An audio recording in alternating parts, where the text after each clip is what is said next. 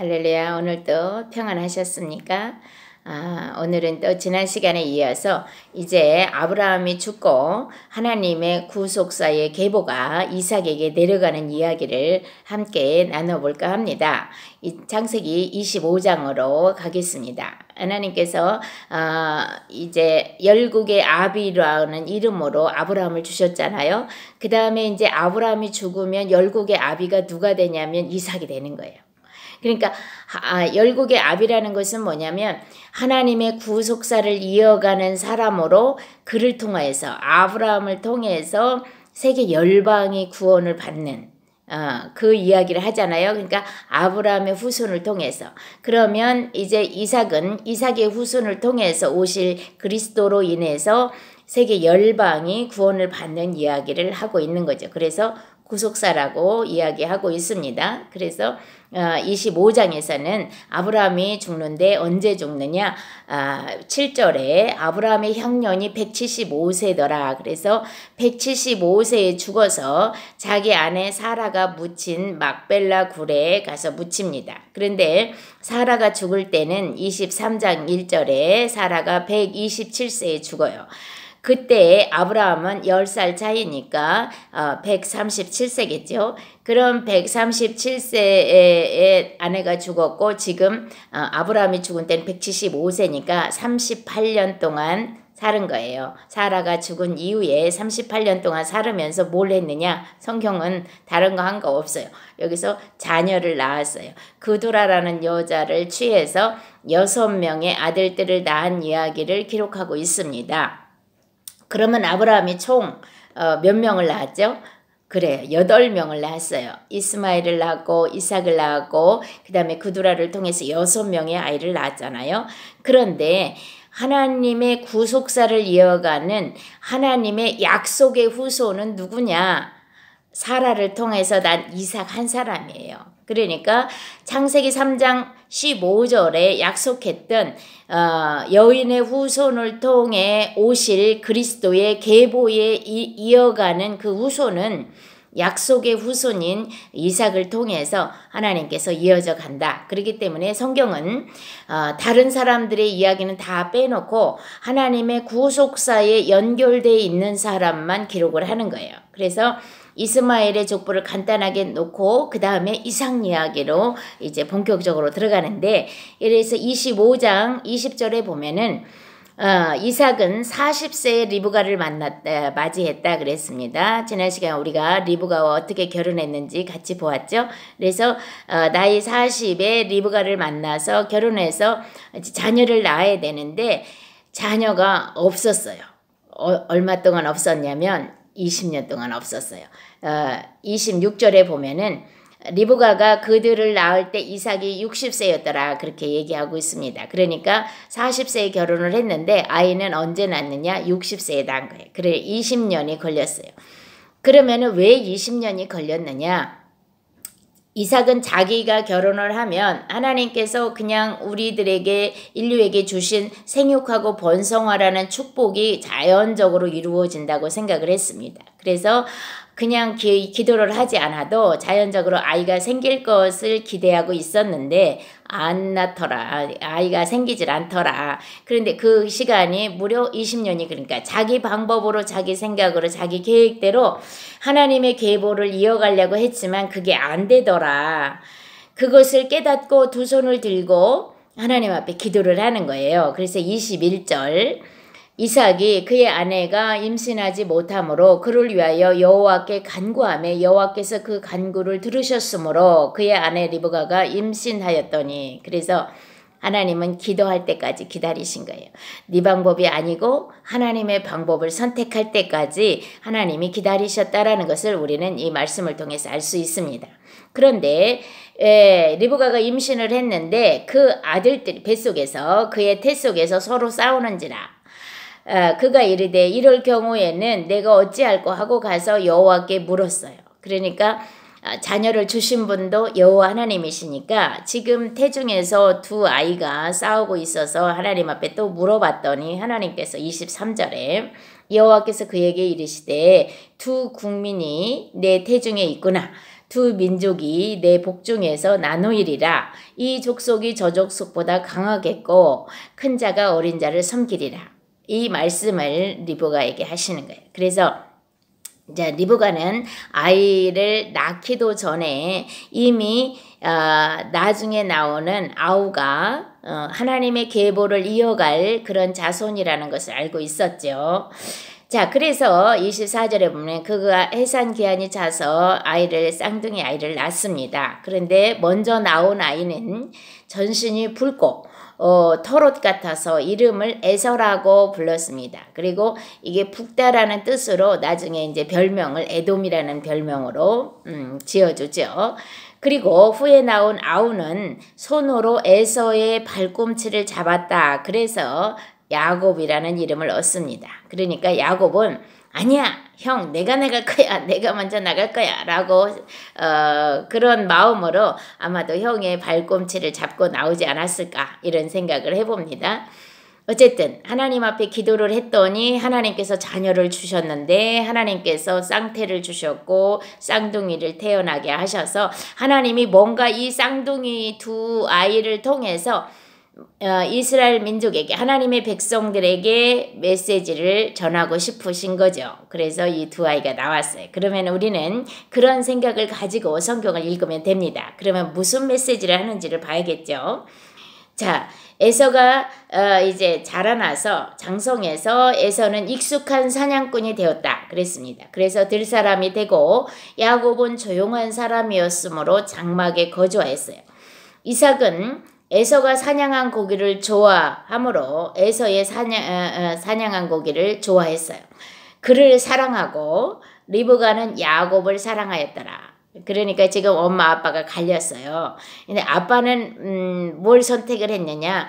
자기를 만족시켜주는 자기 큰아들이 사냥한 고기를 가져오는 남자다운 아이였던 큰아들 에서를 사랑했습니다. 그런데 엄마 리브가는 작은 아이, 보기에는 연약해 보이고 유약해 보이고 마치 여자와 같은 그런 모습으로 엄마 치맛자락을 붙잡고 살아가는 아이인데 그 아이를 사랑해. 왜? 이 엄마 리브가는 하나님의 약속의 말씀을 받았기 때문에 그 말씀을 기억하고 있어서 동생을 사랑한 것으로 우리는 보여집니다. 자, 그런데 야곱은 지금 자기가 형보다 먼저 나오고 싶은 욕망이 있었잖아요. 왜 그랬느냐? 장자의 명분을 얻고 싶은 거죠. 장자라는 게 뭐예요? 먼저 태어난 자. 그리고 또 장자라는 것은 사람들 그 부모의 기력의 시작이다. 첫 자녀니까. 그래서 우리 옛날에 한국 사람들도 장자를 좋아했어요. 왜 좋아했느냐? 그 장자는 자기가 죽었을 때 자기 대를 이어가는 자기의 또 제사도 지내주는 자기 또 다른 자기로 보는 거예요. 그러니까 자기의 분신인 거죠. 그래서 장자를 그렇게 귀하게 여겼고 그 장자를 소중하게 선택을 했기 때문에 다른 자녀들이 그 장자 때문에 모든 것을 희생해야 하는 그런 삶을 살아간 경우가 우리가 많이 있지 않습니까? 이때 당시에 그 성경에 고대 근동에도 그 문화가 있었기 때문에 부모가 장자를 좋아하는 그런 경우였습니다. 그런데 이 이삭은 하나님의 약속의 후손이었고 하나님의 말씀을 리브가와 함께 같이 들었지만 그 말씀을 기억하지 아니하고 지금 자기의 인생의 즐거움을 가져다주는 자기 기력의 시작인 에서를 좋아하는 것을 보면 우리가 지금 믿음으로 판단하면은 리브가가 훨씬 더 좋은 믿음을 갖고 있었지 않았나 이런 생각을 해봅니다. 자, 그러고 나서 그 이제 어느 날 이 장자 에서가 가서 사냥을 했어요.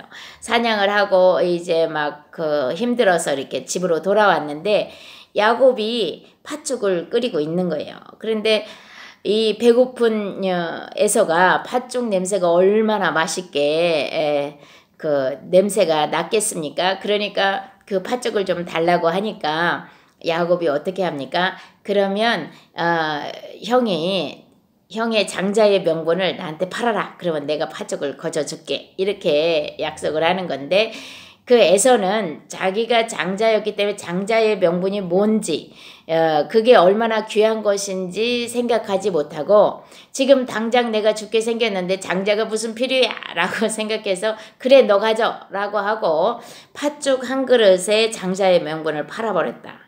하나님이 지금 왜 이런 이야기를 성경을 통해서 우리에게 말씀하고 계시냐를 생각해 봐야 합니다. 하나님께서 우리에게 주신 것을 소중하게 여기지 않는 사람은 그걸 빼앗기게 되어 있다라는 거예요. 그래서 동생이 때는 이때다 하고 이 장자의 명분을 얻어버립니다. 자, 그리고 나서 이제 26장으로 가면 이삭 때에 또 그 이삭이 거주하는 그곳에 기근이 들어요. 아브라함 때도 아브라함이 가나안 땅에 들어와서 기근이 들어서 어떻게 하죠? 애굽으로 내려가죠. 그런데 이삭도 애굽으로 내려가려고 그 남방으로 내려가고 있었어요. 그런데 하나님이 나타나셔서 애굽으로 가지 마라 라고 말씀을 하시니까 애굽 가기 전에 바로 그랄에 멈춰 섭니다. 그런데 그랄에 그때 당시에 왕이 누구냐면 아비멜렉.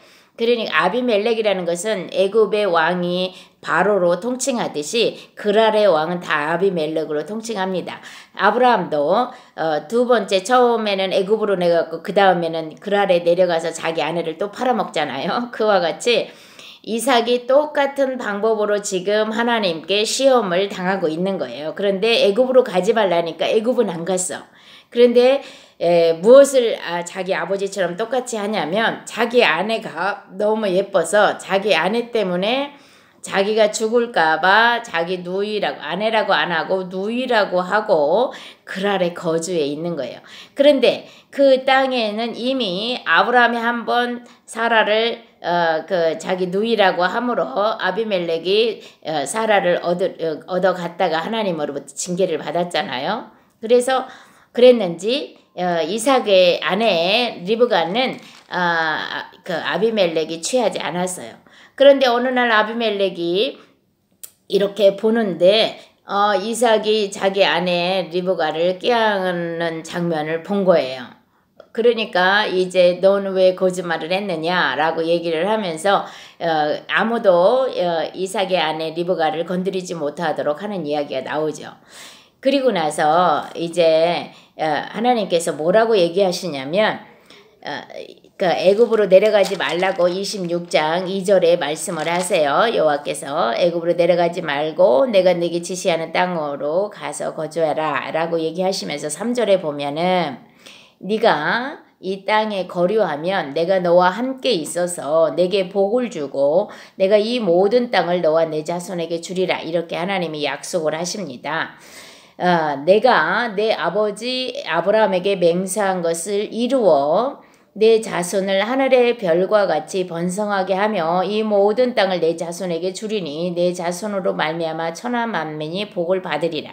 그러니까 아브라함에게 맹세하신 그 언약을 너에게도 동일하게 하겠다라고 말씀을 하시는 거예요. 그리고 5절이 중요합니다. 5절 말씀은 이는 아브라함이 내 말을 순종하고 내 명령과 내 계명과 내 율례와 내 법도를 지켰음이라 하시니라. 그래서 이삭이 그랄에 거주했다. 이렇게 표현하고 있습니다. 하나님은 지금 이삭에게 아브라함에게 명령하고 아브라함에게 축복했던 내용 그대로 이삭의 삶에도 하나님께서 축복하시겠다고 약속을 하시는데 그 이유가 뭐냐면 아브라함이 하나님의 명령을 다 듣고 그 말씀을 지켰기 때문이다. 근데 우리가 같이 지금까지 배웠는 공부를 같이 했는데 아브라함이 정말 하나님 아버지 말씀을 다 잘 듣고 따랐나요? 그렇지 않죠. 아브라함이 계속해서 실수했고 하나님을 거역했고 그랬지만 하나님께서 쫓아다니시면서 결국 아브라함을 하나님의 말씀을 듣는 자로 순종하는 자로 이끌어 주셨죠. 그래서 결국 아브라함이 100세에 낳은 이삭을 하나님 앞에 번제로 드릴 수 있는 믿음까지 하나님께서 이끌어 오셨어요. 그런데 하나님은 뭐라고 얘기하시냐면 그게 아브라함이 믿었기 때문이다. 이렇게 아브라함의 공로로 치부해 주시는 거죠. 오늘날 우리에게도 마찬가지예요. 우리가 하나님을 믿고 하나님을 따르고 예수님을 사랑한다고 하지만 정말 우리가 그렇게 하나님을 믿고 따르며 예수님을 사랑하는지 생각해 보면은 우리가 얼마나 하나님을 믿지 못하고 예수님의 말씀을 따르지 못하는지 금방 알 수 있습니다. 정말 우리가 찬송을 할 때 특별히 이제 사명이라는 찬송을 부르면서 모두 다 눈물을 흘리고 그 주님이 가신 그 길을 따라가겠다라고 고백하며 찬양을 하지만 정작 우리에게 고난이 닥치면 우리에게 문제가 생기면 그 길을 따라가는 사람이 몇 사람이나 있겠습니까? 그죠? 우리들이 그런 믿음이 없어요. 그럼에도 불구하고 하나님께서 그렇게 믿음 없는 나를 쫓아오셔서 내게 자꾸만 이렇게 말씀하시고 저와 이렇게 공부하고 있고 또 교회에서 말씀을 듣고 있고 여러 곳을 통해서 하나님의 말씀이 들려지고 또 우리의 시험과 환난을 통해서 하나님 앞에 기도하게 되고 그래서 우리의 믿음이 그런 상황을 통해서 자라나서 하나님이 나의 믿음을 이끌어 주셔서 정말 내가 믿음이 있는 자가 되는 것이지 내가 원래 믿음이 있어서 이렇게 하나님의 말씀에 우리에게 복을 주시는 그런 사람으로 세워진 게 아니라는 사실입니다. 그러니까 하나님께서 아브라함을 그렇게 이끌어 오셔서 아브라함에게 너는 의인이다 칭해 주신 것처럼 우리도 그렇게 하나님이 이끌어 주셔서 너는 의인이다 이렇게 칭해 주시는 거죠. 이제 그 이야기를 오늘 이삭에게 하나님이 나타나셔서 또 하시는 겁니다. 그러니까 아브라함이 그렇게 내 말을 들은 것처럼 너도 내 말을 잘 들어.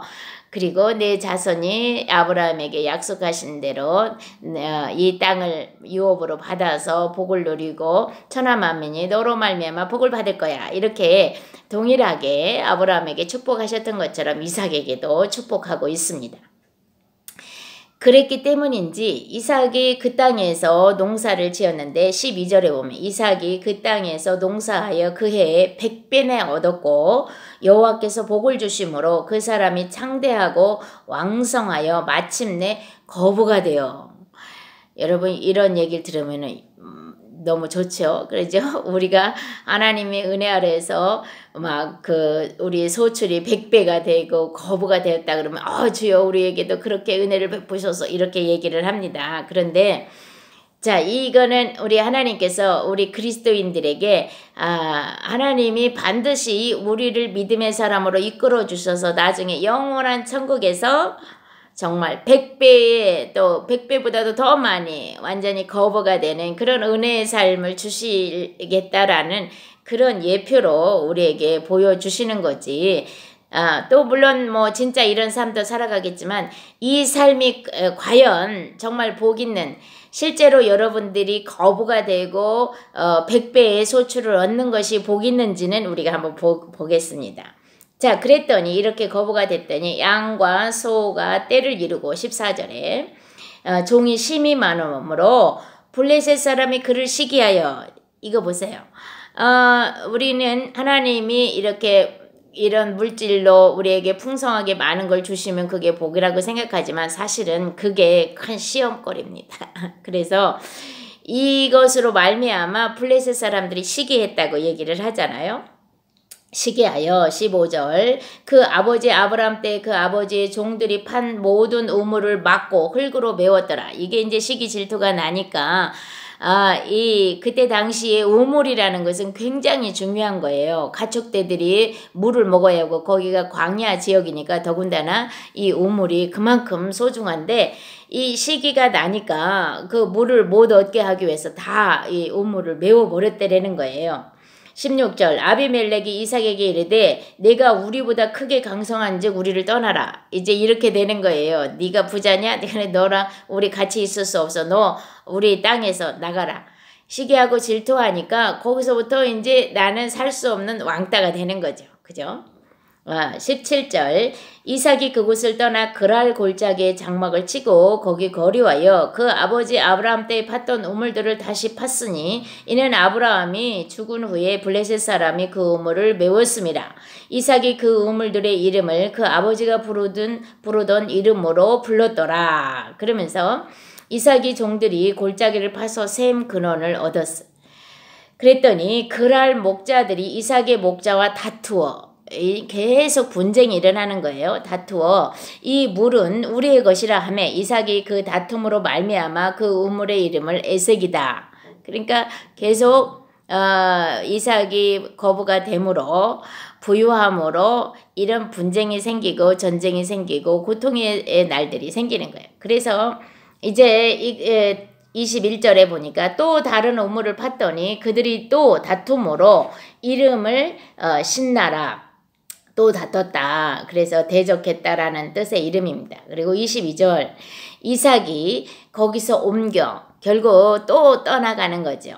다른 우물을 팠더니 그들이 다투지 아니하므로 그의 이름을 르호봇이다. 이제 장소가 넓어졌다라는 뜻의 르호봇이라 하여 이제는 여호와께서 우리를 위하여 넓게 하셨으니 이 땅에서 우리가 번성하리로다. 이래서 계속해서 있는데 결국 23절에 보니까 이삭이 거기서부터 어디로 올라갔냐면 브엘세바로 올라갔더니 그러니까 하나님이 지금 이삭을 어떻게 했냐면 밀어내시는 거예요. 그랄 땅에서 애굽으로 가고 있는 그 초입 지금 남방에 지금 이삭이 거하고 있었는데 이삭이 거부가 됨으로 인해서 시기하고 질투하는 자들로 인해서 이삭이 그곳에 있을 수가 없어. 그래서 밀려 다시 어디로 올라가냐면 가나안 땅으로 올라가고 그리고 아버지가 거류하고 살았던 지역 브엘세바로 올라간 거예요. 그리고 하나님이 감찰하시는 그곳 브엘세바에 가서 올라갔더니 그랬더니 24절에 그 밤에 여호와께서 그에게 나타나 이르시되 나는 내 아버지 아브라함의 하나님이니 두려워하지 말라. 내 종 아브라함을 위하여 내가 너와 함께 있어 내게 복을 주어 내 자손이 번성하게 하리라 하신지라. 이렇게 하나님께서 이삭을 축복합니다. 그래서 이삭이 그곳에 제단을 쌓고 여호와의 이름을 부르며 거기 장막을 쳤더니 이삭의 종들이 거기서도 우물을 팠더라. 자, 이렇게 하나님은 결국 이런 분쟁을 통해서 이런 고난을 통해서 다시 하나님이 원하시는 그 곳으로 밀어내시는 거예요. 그래 우리들도 마찬가지입니다. 하나님이 우리가 원하니까 우리를 축복을 하시면 그것으로 막 분쟁이 되고 막 어려워지면 결국 어디로 갑니까? 하나님께로 가죠. 그죠? 그래서 다시 하나님 도와주세요 하고 하나님의 얼굴을 구하게 되고 하나님의 이름을 찬양하게 되고 하나님의 말씀 앞으로 돌아가게 됩니다. 그리고 하나님께서는 그래서 우리에게 그런 시련과 시험과 훈련의 시간을 허락하는 거죠. 자, 그리고 나서 그 다음에 이제 27장으로 가면 무슨 일이 또 벌어지느냐. 이제 아버지가 늙어서 죽게 생긴 거예요. 눈도 잘 안 보이고. 그래서 큰아들 에서에게 말을 합니다. 내가 죽게 생겼으니까 네가 가서 사냥해가지고 고기를 잡아와서 맛있는 요리를 내가 즐겨하는 내가 좋아하는 별미를 만들어서 주면 내가 그것을 먹고 너를 위해서 축복하마 이렇게 말씀을 하죠. 그랬더니 에서가 신이 나서 사냥하러 나갑니다. 그런데 그 소리를 리브가가 듣습니다.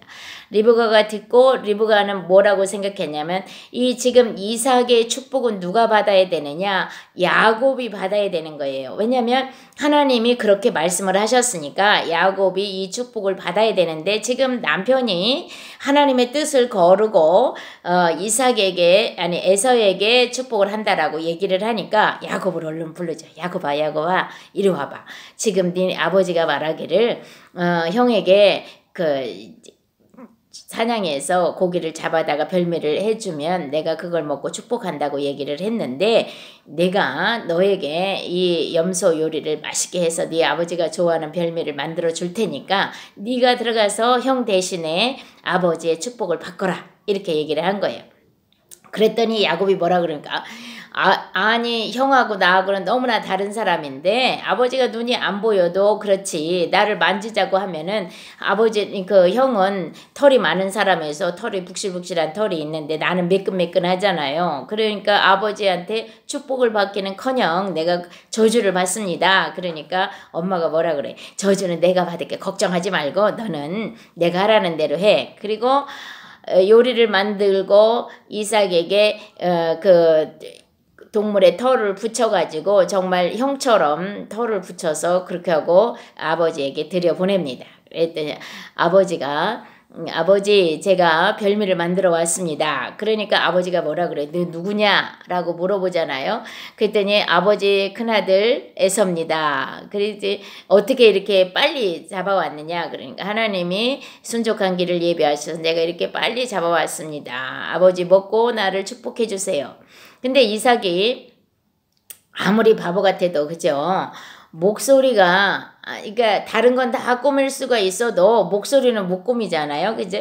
에서의 목소리하고 야곱의 목소리는 분명 달랐을 거예요. 그런데 목소리가 야곱인 거야.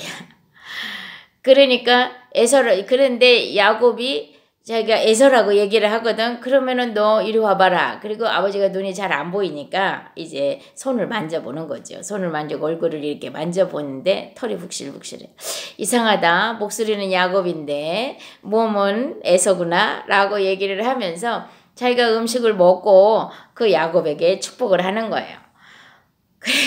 그래서 축복을 하고 그리고 나갔는데 금방 이제 나가자마자 에서가 돌아와서 별미를 만들어서 아버지한테 갖다 줍니다. 그래서 아버지 이 별미를 드시고 나에게 축복해 주세요. 그랬더니 넌 또 누구냐? 그러니까 아버지 큰아들 에서입니다. 라고 하니까 아니 내가 금방 요리를 먹고 내가 축복을 했는데 그랬더니 야곱이 그놈이 또 나를 속였습니다. 지난번에도 팥죽 한 그릇을 가지고 장자의 명분을 팔아라 그래서 나의 장자의 명분을 탈취해 가더니 이번에는 아버지 축복까지 탈취해 갔습니다. 라고 얘기를 하면서 막 아버지 나한테도 축복해 주세요. 나한테도 축복해 주세요. 그랬더니 아버지가 뭐래? 나는 이 축복할 것이 하나밖에 없다. 그러니까 여기서 여러분들이 아셔야 될 것은 뭐냐면 우리가 생각하면 이상하잖아요. 하나님 그냥 축복을 하면 되잖아요. 그런데 왜 한 개밖에 없겠습니까? 바로 그것은 무슨 축복이냐? 창세기 3장 15절에 여인의 후손으로 올 구원자 메시아가 오는 그 축복이기 때문에 그 라인으로 오는 그래서 지금 하나님의 구속사를 이루어가는 그 축복의 내용이기 때문에 한 개밖에 없는 거예요. 그래서 지금 야곱의 후손을 통해서 하나님께서 그 여인의 후손이 와서 하나님의 축복을 이루어가고 천하 만민이 그를 통해서 복을 받게 해주세요라고 축복을 하는 거죠. 그래서 이 에서에게 축복할 것이 없는 거예요. 그러자 에서가 막 울고불고 다시 나한테 축복을 하라 그러니까 너는 들나귀처럼 살아라 라고 이렇게 해서 축복 아닌 축복을 하지 않습니까? 자, 그래서 우리는 여기서 알아야 될 것이 뭐냐면 지금 하나님의 진정한 축복이라는 게 뭔가를 알아야 합니다. 여러분 세상에서 물질로 풍요하고 내가 건강하게 살아가는 것이 하나님이 주시는 축복이 아니고 야곱과 같이 하나님의 약속의 말씀을 믿고 그 은혜 가운데 거하는 것이 축복이라는 사실입니다. 그래서 이제 앞으로는 이제 야곱의 일생을 보는데 하나님의 축복을 받은 자가 어떻게 살아가느냐를 다음 시간에 할 것인데 하나님의 축복이 어떻게 흘러가는지를 우리가 잘 기억을 하고 그러면 왜 야곱을 통해서 하나님이 이 축복을 흘러가게 했는지에 대해서 다음 주에 같이 은혜를 나눠볼까 합니다. 같이 기도하겠습니다. 하나님 감사합니다. 오늘 이 말씀을 우리에게 들려주시고 하나님께서 이삭을 은혜로 베풀어 주셔서 자녀를 이삭이 하나님 앞에 기도함으로 자녀를 주셨습니다. 그런데 쌍둥이 아이를 주셨고 에서와 야곱이 있는데 하나님께서 에서를 선택하지 아니하시고 야곱을 선택해서 하나님의 축복을 허락하시는 장면을 우리가 보았습니다. 하나님의 뜻이 계시고 섭리가 계셔서 야곱을 통해 하나님의 축복이 흘러가는 것을 우리가 보면서 오늘 또 이 말씀을 들은 사랑하는 성도들이 그런 야곱과 같이 하나님의 축복을 받아 누리는 그런 복된 자녀들이 될 수 있도록 성령 하나님께서 하나님의 약속이 얼마나 소중하고 귀한지를 우리 각자 마음 안에 심어 주시옵시고 그 말씀을 사모하는 그 마음도 주시고 그 하나님의 축복을 기대하는 그 기대도 우리에게 허락하여 주셔서 날마다 더욱더 말씀을 사모하고 그 말씀의 은혜 가운데 들어가려고 노력하는 우리 성도들이 될 수 있도록 축복하여 주시고 야곱의 축복을 모두 다 받아서 하나님 앞에 영원토록 거할 수 있는 복된 하나님의 자녀들이 되기를 소원하고 감사하며 예수님의 이름으로 기도했습니다. 아멘.